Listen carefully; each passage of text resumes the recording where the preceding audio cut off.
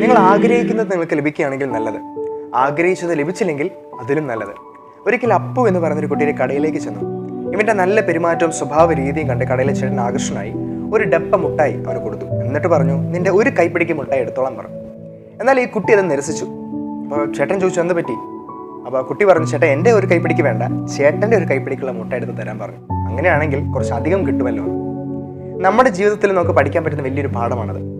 നമ്മൾ എത്ര പ്രയത്നിച്ചു കഴിഞ്ഞു കഴിഞ്ഞാലും ചില കാര്യങ്ങൾ നമുക്ക് നഷ്ടമായെന്ന് വരാം, പരാജയപ്പെട്ടു എന്ന് വരാം. അതിൻ്റെ അർത്ഥം അതിൽ മികച്ചത് നമുക്ക് തമ്പുരാൻ ഇനി ഒരുക്കി വെച്ചിട്ടുണ്ട് എന്നുള്ളതാണ്. അതുകൊണ്ടാണ് ഒരു പഴമൊഴി പറയുന്നത്, നിങ്ങൾ ആഗ്രഹിക്കുന്നത് നിങ്ങൾക്ക് ലഭിക്കുകയാണെങ്കിൽ നല്ലത്, ആഗ്രഹിച്ചത് ലഭിച്ചില്ലെങ്കിൽ അതിലും നല്ലത്. ആ ഒരു വിശ്വാസം നിങ്ങളുടെ ഓരോ പരാജയത്തിലും ഓരോ നഷ്ടത്തിലും നിങ്ങൾക്ക് ഉണ്ടാവണം. അങ്ങനെയാണെങ്കിൽ മികച്ചത് നിങ്ങൾക്കായി ദൈവം തമ്പുരാൻ ഒരുക്കി വെച്ചിട്ടുണ്ട്.